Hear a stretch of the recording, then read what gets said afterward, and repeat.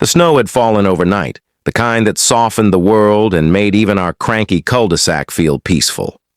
By morning, every roof wore a white cap, and the mailbox posts looked like frosted cupcakes. I was out early, packing snow with my gloves, rolling the baseball back and forth across my lawn. Snow days always did that to me. Pulled me outside, made me forget that I lived under the rule of the Willow Creek Homeowners Association. The snowman wasn't just for fun. Not entirely. I shaped him tall and wide with a round belly and a lopsided grin made of charcoal. I gave him stick arms and my old scarf. To anyone passing by, he looked like a harmless winter decoration. To anyone except the HOA. By noon, I heard the familiar crunch of tires and the sharper crunch of heels on frozen gravel. I didn't even need to look up to know who it was. Brenda Watkins, self-appointed neighborhood sheriff, clipboard queen, and the reason most of us dreaded opening our mail. She stood at the edge of my driveway, sunglasses on despite the gray sky, engine still running. Her silver SUV idled like it was impatient just being near my house. "Excuse me?" she called, tapping her clipboard with a red pen. "Is that approved seasonal decor?" I brushed snow from my jacket. "It's a snowman, Brenda." She sniffed. "Seasonal displays must not obstruct sight lines or create hazards. Article 7, subsection C. It's on my lawn." "And dangerously close to the street," she replied, stepping closer. "What if someone slid?" I smiled. "Then they should drive slower." That was when her jaw tightened. Brenda didn't like being reminded that common sense existed outside HOA bylaws. She marched back to her SUV, muttering something about fines and enforcement. I watched her door slam. I should have gone inside. I should have known better. Instead, I stayed and adjusted the snowman's scarf, patting the base one last time. Beneath that packed snow was something Brenda would never expect, something I'd spent weeks preparing, all perfectly legal, all perfectly hidden. The SUV's engine revved, tires spun on ice.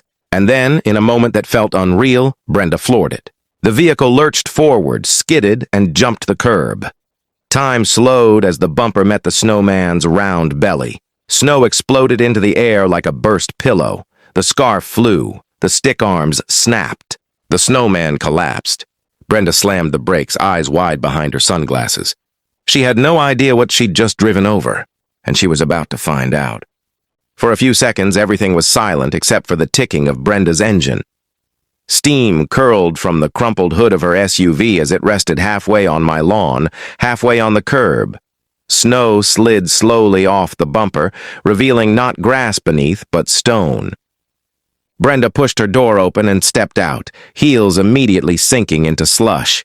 "You!" she shouted, pointing at me as if I'd personally grabbed her steering wheel. "You put an obstacle in a traffic zone!" I raised both hands calmly. "I put a snowman on my lawn." She spun toward the wreckage of white snow and broken charcoal bits. That thing wasn't just snow. That finally drew a small crowd. Curtains twitched. A couple of neighbors ventured outside, pretending to check their mail while very clearly watching the show. As the snow melted away, the truth emerged. Underneath where the snowman stood was a low, circular retaining wall made of decorative stone, stacked, locked together, and perfectly HOA compliant. Inside it sat a solid concrete planter base I'd poured back in the fall, meant to hold a bird bath in the spring. The snowman had been built around it. Brenda's SUV hadn't hit fluffy snow. It had slammed straight into reinforced landscaping. Her front bumper sagged. One tire hissed angrily, slowly deflating. She stared at the stones, then at me. "You hid this." "I landscaped," I replied. "Section 12, subsection A. Permanent lawn features are allowed if they're under 30 inches high." One of the neighbors, Tom from across the street, let out a low whistle. "That's unfortunate." Brenda whipped around. "This property owner created a hazard." I shook my head. "You drove onto my lawn." Her mouth opened, closed, opened again. "You were obstructing." "The street?" I finished. "Nope. Survey's on file with the HOA. You approved it last year." That was the moment her confidence cracked. She flipped furiously through her clipboard, pages flapping in the cold air. Her pen trembled slightly. Someone behind me chuckled. Brenda straightened, trying to regain control. "I'll be filing a report. Expect fines, expect—" A loud crunch interrupted her as the SUV settled further onto the broken planter edge. The hiss of the tire got louder. Another neighbor pulled out a phone. I leaned in slightly, keeping my voice even. "Brenda, you accelerated, on ice. Toward my property. That's not an HOA issue." Her face flushed red above her scarf. "This is harassment." "No," I said gently. "This is physics." Snow continued to melt, revealing just how solid my little winter decoration had been hiding. Brenda stood there, surrounded by witnesses, her authority sinking as fast as her tire pressure. And that's when she demanded I pay for the damage. I smiled. "I expect you to cover every cent of this," Brenda snapped, folding her arms like the matter was settled. "This snowman was deliberately deceptive." I glanced at her SUV, then at the growing audience. "You drove into my yard." "That's irrelevant," she shot back. "As an HOA officer, I was performing an inspection." Tom raised an eyebrow. "From behind the wheel?" A few people laughed. Brenda shot him a look sharp enough to cut ice. She pulled out her phone and began taking pictures, from dramatic low angles, from far away, even one with her foot pointed at the stone ring like it was evidence in a courtroom drama. "I will be submitting this to the board," she declared, "along with a violation notice for unsafe property conditions." I nodded thoughtfully. "Great, I'll submit mine too." Her fingers froze mid-swipe. "Yours?" "Dash cam footage," I said, "and the security camera, plus the audio." That got her attention. "You were recording me?" she demanded. "My driveway," I corrected, "which you entered." Another uncomfortable pause settled over the lawn. Someone coughed.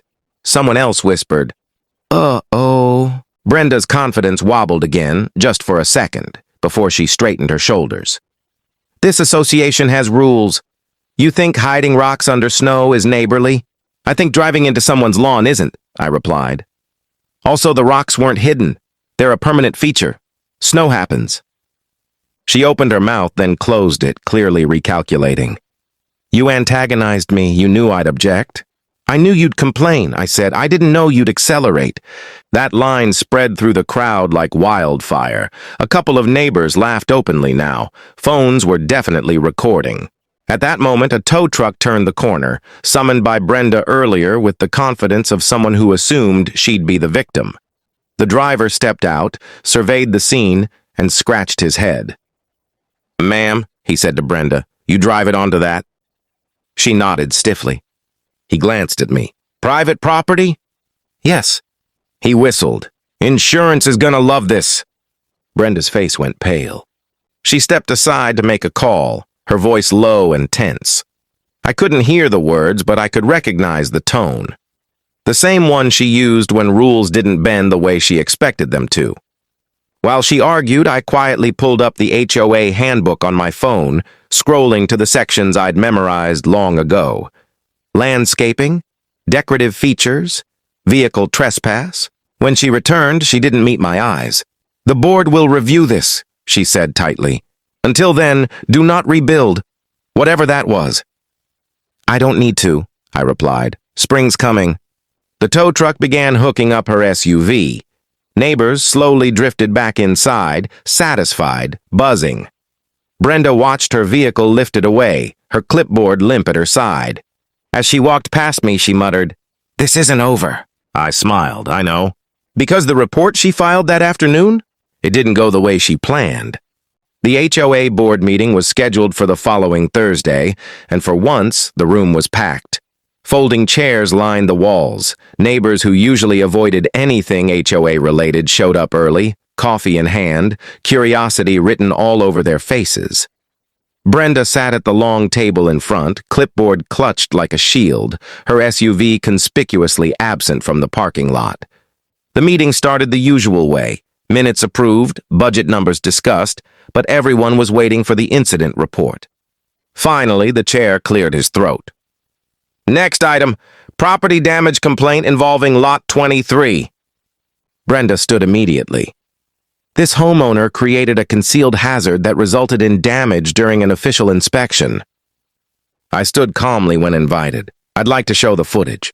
The lights dimmed. The screen came alive. First, my security camera. Brenda stepping out, arguing, returning to her SUV. Then the dash cam clip, clear as day, her wheels spinning, engine revving, and the unmistakable moment she accelerated straight onto my lawn. A murmur rolled through the room. The footage ended on the Snowman collapsing, stone ring fully visible beneath the melting snow. The chair turned slowly to Brenda. "You drove onto private property?" She shifted. The vehicle slid. The chair rewound the clip, pausing on the speedometer overlay. "It accelerated." Silence. Another board member flipped through the handbook. "The landscaping feature appears compliant, approved last year." Someone in the back whispered, "By her!" A few suppressed chuckles followed. Brenda sat down, color draining from her face. The chair sighed. "The HOA will not pursue fines. Furthermore, responsibility for vehicle damage lies with the driver." He glanced at me. "We apologize for the inconvenience."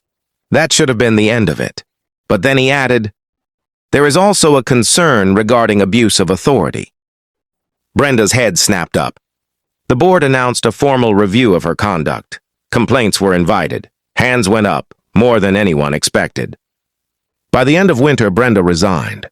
In spring, I placed a bird bath on that concrete base. No snowman needed. And the HOA?